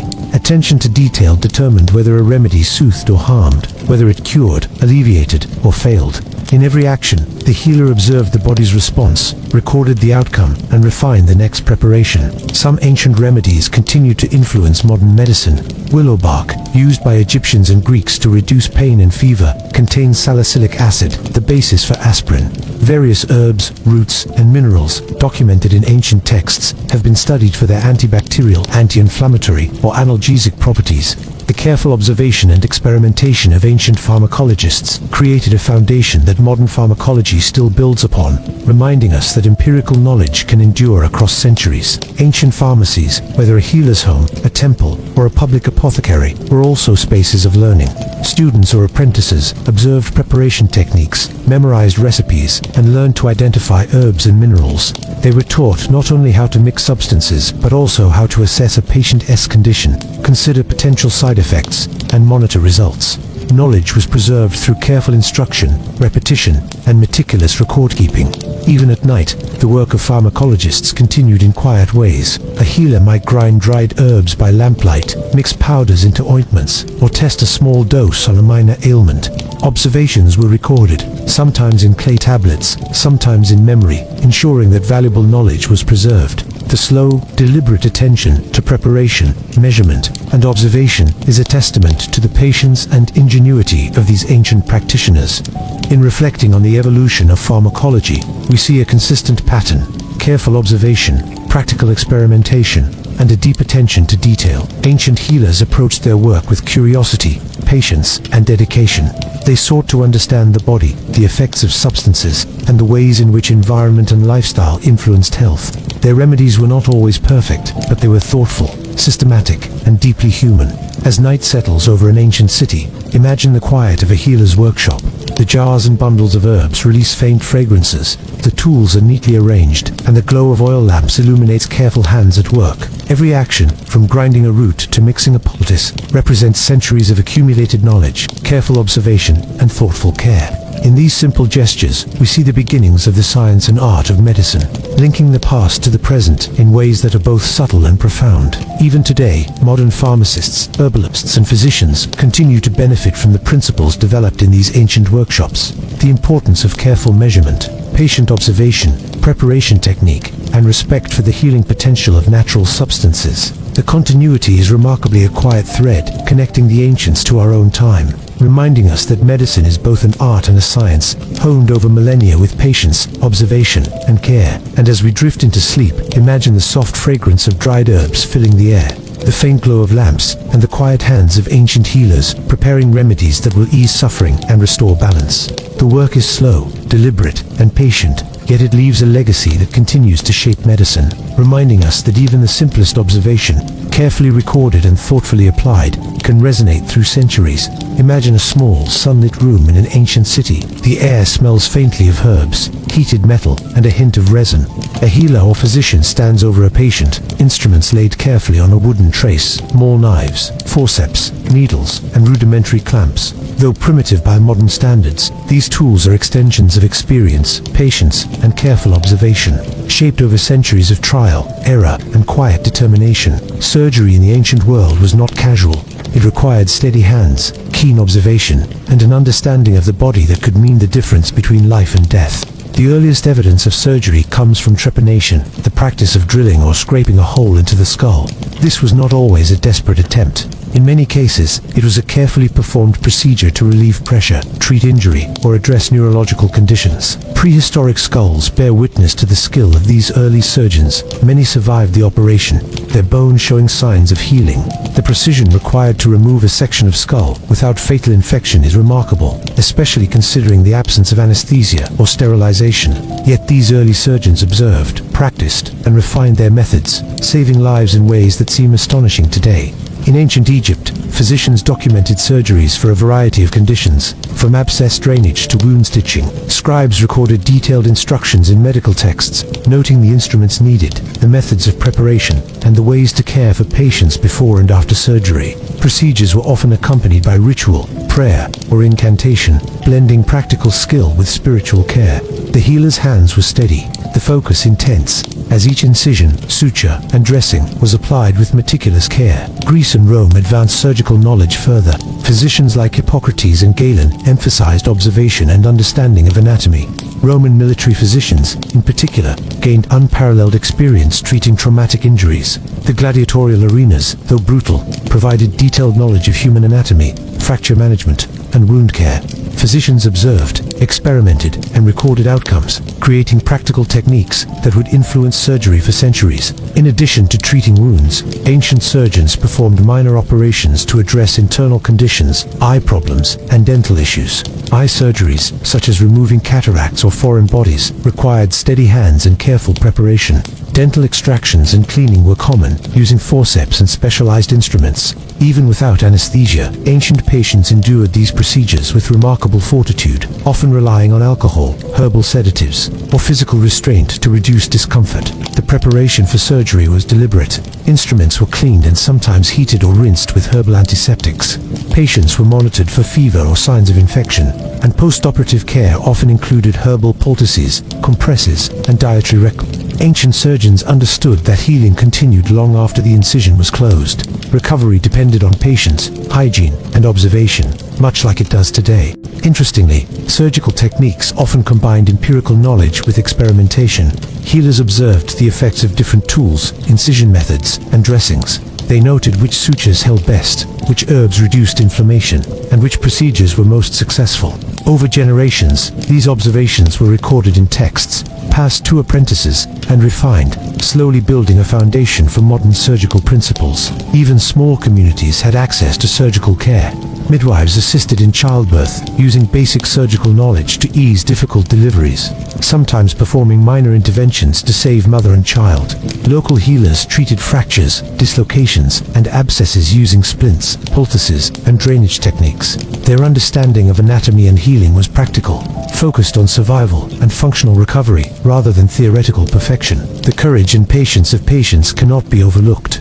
Ancient surgeries often involved significant pain, risk of infection, and long recovery periods. Yet people endured these procedures, trusting in the skill of healers and the wisdom of long-practiced techniques. Their resilience allowed knowledge to accumulate and refine, creating a legacy that medical practitioners still respect and build upon. Consider the quiet after a procedure. The patient rests, herbs release subtle fragrances, and the healer records observations, how the incision healed, how the pulse changed, whether the patient regained strength. Every small detail contributes to the body of knowledge, each careful note preserving lessons learned for future generations. Surgery, in this sense, was a slow, deliberate dialogue between practitioner, patient, and nature, guided by observation, patience, and empathy. The legacy of ancient surgery is still visible today, Many instruments, techniques, and principles trace their lineage back to these early practitioners. The focus on cleanliness, careful observation, and post-operative care reflects centuries of accumulated wisdom. Even the concept of specialized surgical knowledge, physicians focusing on particular procedures or injuries, originates from these ancient practices. As night falls over an ancient city, imagine the healer extinguishing lamps, arranging instruments, and checking on recovering patients. The room is quiet, filled with the faint scent of herbs and the lingering presence of careful work. The surgeon's hands may be tired, but the knowledge continues to flow, preserved in texts, memories, and the subtle expertise shared with apprentices. Each act of surgery, however small, contributes to the enduring story of human ingenuity, courage, and the desire to alleviate suffering. Even in the silence of night, the lessons of ancient surgery echo. They remind us that medicine has always been a combination of observation, skill, patience, and compassion. The instruments may have been simple, the techniques rudimentary, but the understanding of the human body and the dedication to healing were profound. From trypan skulls to carefully sutured wounds, ancient surgery demonstrates the quiet persistence of knowledge, patience, and the human commitment to life and recovery. And as we drift into sleep, picture the soft lamplight, the faint fragrance of healing herbs, and the careful hands of ancient surgeons tending their patients. Every incision, suture, and observation links the past to the present, creating a legacy of care, courage, and wisdom that continues to shape the way we heal, restore, and preserve life even today. Imagine walking through a bustling ancient city. The sun is warm, the streets filled with the chatter of vendors, the clatter of carts, and the distant beating of goats. People move carefully over uneven stones, past markets overflowing with fruits, grains, and fish.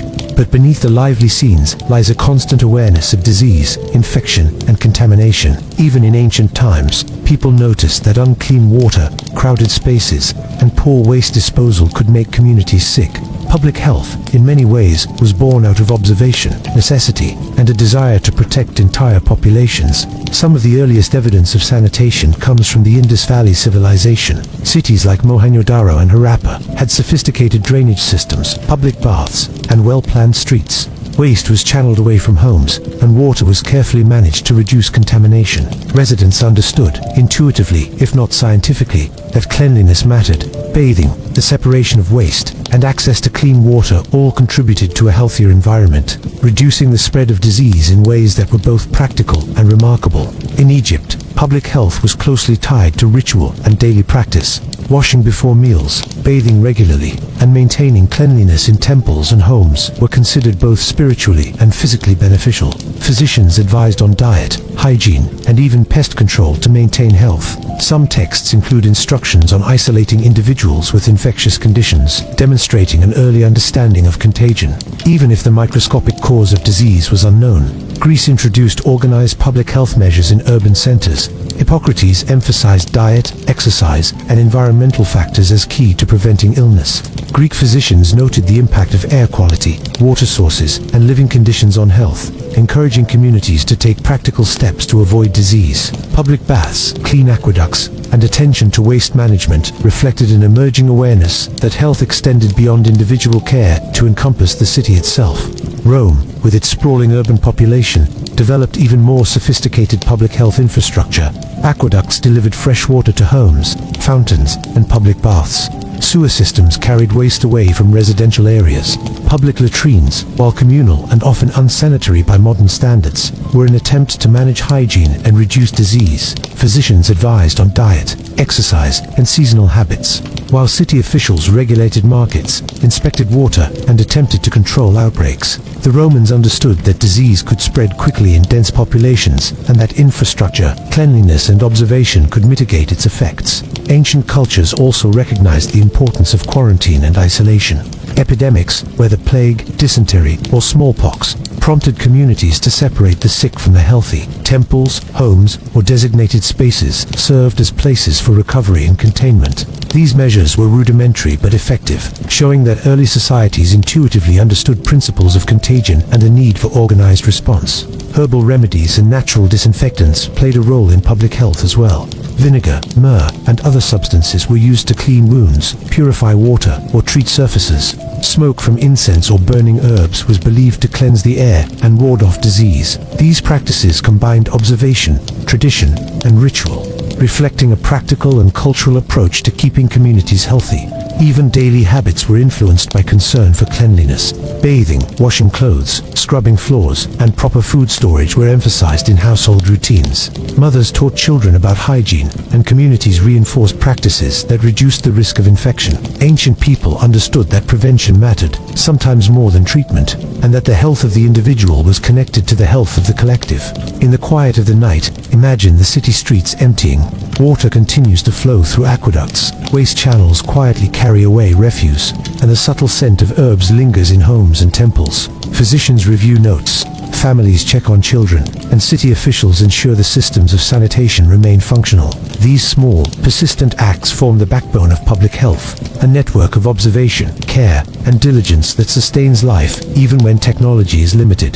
The lessons of ancient sanitation and public health resonate today. Clean water, organized waste management, and attention to hygiene remain fundamental to preventing disease. The careful observation of environmental factors, attention to population health, and recognition of contagion all trace their roots back to these early practices. Ancient societies, working with limited tools but keen observation, laid the foundations for modern public health and preventive medicine. As we drift towards sleep, picture the quiet city at night, water flowing through aqueducts, clean courtyards, and faintly fragrant herbs drying in the warm air. Imagine the care, attention, and thoughtful organization that allowed communities to survive and thrive despite the constant presence of disease. The ancients may not have known germs, but they understood the power of cleanliness, observation, and preparation. In these quiet, persistent practices, we see the enduring legacy of human ingenuity, patience, and the desire to protect life, a thread connecting their world to ours in ways both subtle and profound.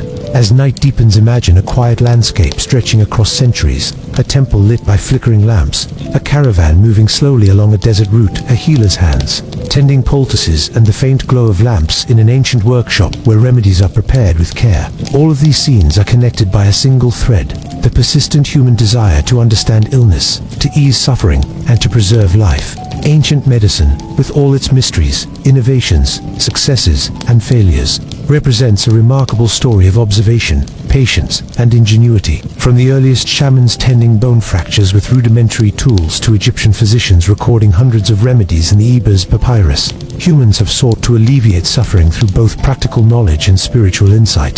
They drilled skulls, applied herbal poultices, and studied anatomy through careful observation, sometimes risking life to understand life. They recorded what worked, what failed, and what could be improved, laying the foundation for knowledge that would survive for millennia. Women, often hidden from written history, played a critical role. Midwives, herbalists, and healers preserved knowledge of childbirth, nutrition, hygiene, and remedies, passing it through generations. Their patience, observation, and meticulous care formed the backbone of community health, teaching the principles of holistic care long before formal medicine emerged. Through their quiet dedication, countless lives were preserved and countless lessons learned. Temples and healing sanctuaries, military hospitals, and early clinics illustrate the emergence of organized care. Spaces were designed to support rest, observation, and recovery. Physicians, attendants, and students practiced techniques, refined remedies, and recorded outcomes. Trade routes and travel allowed knowledge to spread, introducing new herbs, surgical methods, and preventive measures to faraway lands. Medicine was not static, it moved, adapted, and grew with human curiosity and necessity. Surgical practices, from trepanation to minor operations, reveal the courage of both healers and patients. Observation, careful technique, and patient care were central, even in the absence of anesthesia or antiseptics. Herbal remedies, combined with precise preparation and administration, laid the groundwork for pharmacology, influencing modern medicine in ways we still rely upon today. Public health practices, sanitation, and preventive measures demonstrate that ancient societies understood the connection between environment, cleanliness, and health. Their insights continue to shape modern approaches to hygiene and disease prevention. The story of ancient medicine is a story of resilience and ingenuity. It reminds us that progress does not come only from advanced technology, but from observation, patience, and the willingness to learn from both success and failure. It is a story that stretches across time, connecting shamans, midwives, physicians, and patients in a shared pursuit: the care and preservation of life. So, as we close our journey through the mind-blowing and sometimes horrifying world of ancient medicine, let us pause to reflect on the quiet persistence of human curiosity. Every incision, poultice, observation, and recorded note represents a thread connecting the past to the present. Even in the absence of modern tools, ancient practitioners demonstrated ingenuity, courage, and care that resonates through centuries. Good night, traveler. Sleep now, and rest easy in the comfort of knowing that the long, patient, and persistent efforts of those who came before continued to shape our world, our health, and the ways we care for one another. Until we meet again, let the whispers of the past lull you into a calm, restorative slumber, and dream gently of a time when hands, herbs, and quiet observation worked miracles in ways both simple and extraordinary.